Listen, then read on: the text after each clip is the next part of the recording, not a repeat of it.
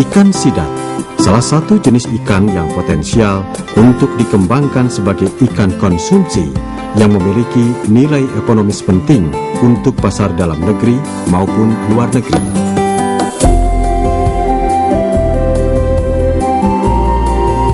Di Indonesia, budidaya ikan sidat telah dirintis sejak tahun 1995 sampai 1997. Namun kurang berkembang karena tidak terjaminnya pasokan benih yang siap tebar. Tetapi di Cina, Jepang, Taiwan, dan Italia, budidaya sidat dilakukan sejak awal abad ke-20.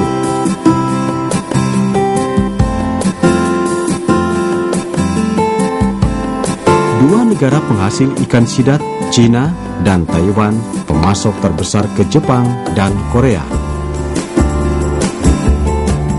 Sidat penting sekali karena ini kita tahu bahwa sidat merupakan ikan konsumsi yang potensial dan merupakan komoditi ekspor non migas. Kita tahu bahwa permintaan sidat dari Jepang sendiri itu mencapai 500.000 ton per tahun. Sampai saat ini untuk penyediaan dari daging sidat itu sendiri baru diperoleh dari Cina dan Taiwan. Di Jepang, ikan sidat dinamakan unagi. Harganya tentu saja sangat mahal karena memiliki kandungan protein 16,4% dan vitamin A yang tinggi.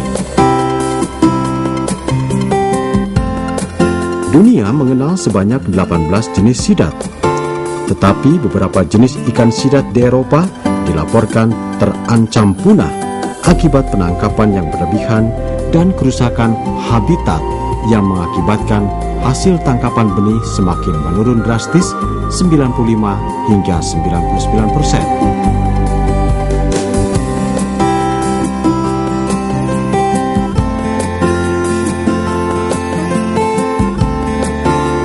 Di Indonesia, sedikitnya terdapat 7 jenis dan sidat jenis Anguilla bicolor sudah mulai dibudidayakan.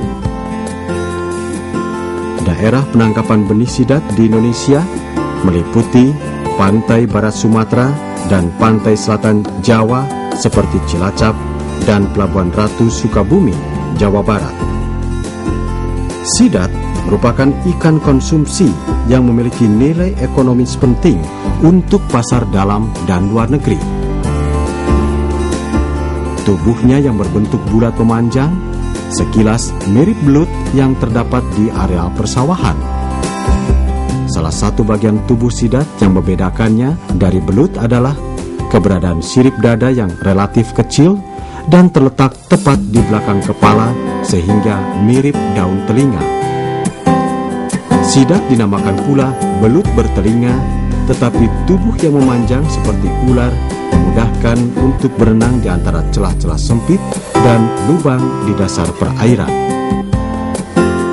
Panjang tubuh ikan sidat bervariasi dengan kisaran 50-125 cm tergantung jenisnya. Ketiga siripnya menyatu, yaitu sirip punggung, sirip dubur, dan sirip ekor mempunyai sisik sangat kecil yang terletak di bawah kulit pada sisi lateral. Perkembangan gonad sidat sangat unik dan jenis kelaminnya berkembang sesuai dengan kondisi lingkungannya. Pada saat anakan, kondisi seksualnya berganda sehingga tidak mempunyai jaringan yang jelas antara jantan dan betina.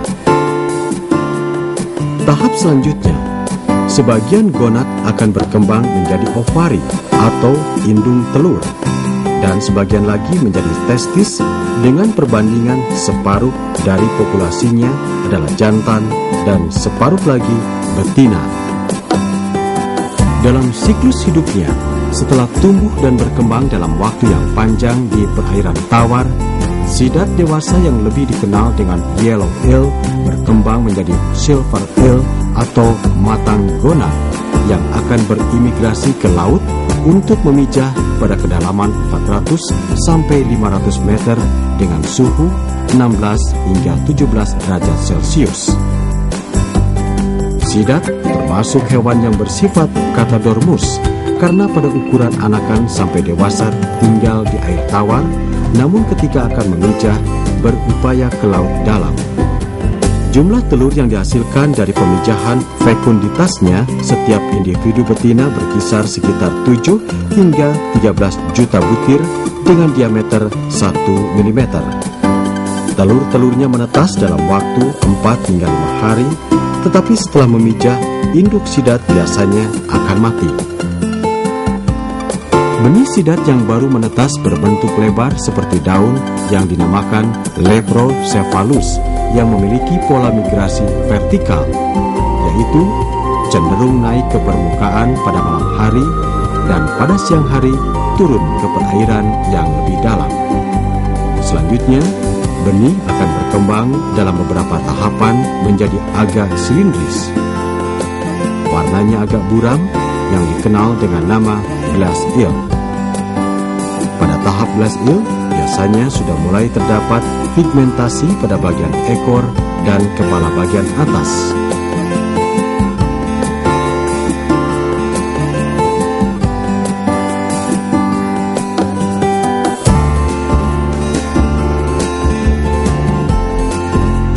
Umur glass eel yang tertangkap di muara sungai diperkirakan antara 118 sampai 262 hari dengan umur rata-rata lebih dari 128 hari. Panjang tubuh glass eel antara 5 sampai 6 cm dengan berat 0,2 gram. Keberadaan benih sidat atau glass eel sangat tergantung kepada musim. Para peneliti bidang zoologi Pusat Penelitian Biologi LIPI menghimpun informasi dari para nelayan setempat di Pelabuhan Ratu Sukabumi.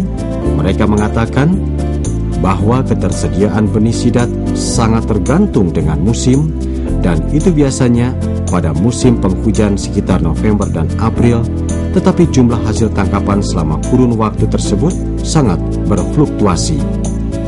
Pendapat itu ada benarnya, karena benih sidat akan berimigrasi masuk ke perairan tawar pada saat salinitas di muara sungai relatif rendah, dan salinitas seperti itu akan banyak terkondisikan pada musim hujan.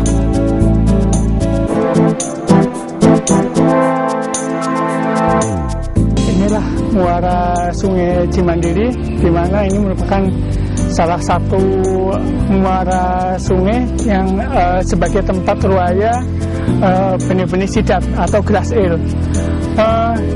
Muara sungai ini menjadi tempat mencari benih-benih ikan sidat atau glass eel oleh para nelayan setempat. Penangkapan benih sidat dilakukan pada malam hari, ketika langit gelap, ketika bulan tak muncul. Ketika waktu itu adalah musim penangkapan. Kemudian ratusan orang ramai-ramai menangkap benih ikan sidat di muara sungai. Mereka berada di muara sungai dalam cuaca yang dingin di malam hari, dengan penerangan lampu petromak, menggunakan jaring atau sirip atau hanco, dengan mesh size halus dan kantung plastik untuk tempat benih dan piring plastik untuk mengumpulkan dan memasukkan benih sidat ke kantung.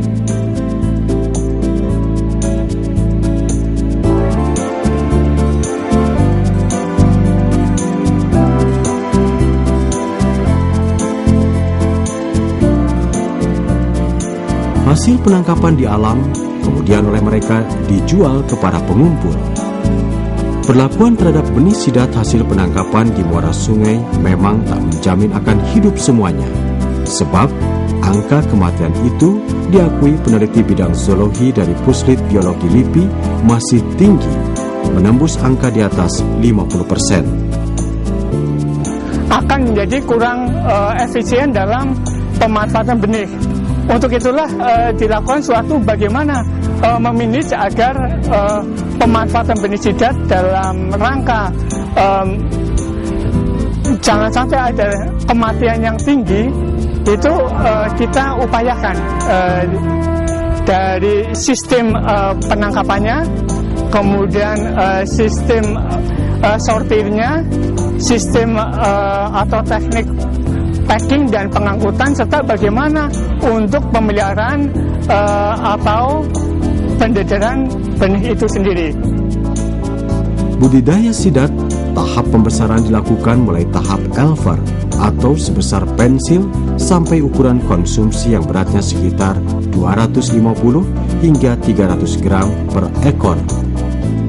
Tempat pembesaran sidat menggunakan jaring apung yang ditempatkan di situ, danau, atau kolam ukuran besar. Di Indonesia, kita punya muara Sungai Cimandiri sebagai sumber benihnya. Kita punya lahan yang memungkinkan untuk dijadikan kolam-kolam pembesaran benih sidat, sehingga tinggal bagaimana kita mengelola atau memilih secara baik. Sumber benih sudah ada, lahannya ada, kemudian tinggal tekniknya yang kita perlu perbaiki, di mana agar dalam pemanfaatan benih sidat itu bisa efisien, kita perlu lakukan pentahapan-pentahapan yang secara sistematis supaya benih ini jangan sampai banyak yang mati. Untuk memacu pertumbuhan ikan sidat, pada pemeliharaan benih pembesaran diberikan pakan berprotein hewani yang tinggi seperti cacing, karena sifat ikan sidat adalah karnivora. Aktivitas makan sidat paling tinggi terjadi pada malam hari karena sifatnya nokturnal, sebab manipulasi penetrasi cahaya diduga akan mempengaruhi aktivitas makan yang secara tidak langsung akan berdampak pada peningkatan pertumbuhan. Manajemen budidaya sidat dilakukan secara sistematis, mulai penangkapan benih, pendederan, dan budidaya pembesaran, karena sidat memiliki potensi yang cukup besar untuk dikembangkan menjadi komoditi perikanan unggulan karena permintaan dunia sangat tinggi. Peneliti bidang zoologi Pusat Penelitian Biologi LIPI tentang potensi dan konservasi mengungkapkan sidat di Indonesia memang belum dimanfaatkan secara optimal, sementara kebanyakan sidat yang dipasarkan hasil tangkapan dari alam. Pemerintah perlu waspada bila terjadi penangkapan besar-besaran dengan alasan untuk penelitian pembesaran, padahal kemungkinan besar sebenarnya benih sidat untuk ekspor. Pemerintah perlu mengeluarkan peraturan untuk melindungi sidat di Indonesia, termasuk lingkungan alam sekitarnya, karena sidat ikan asli Indonesia.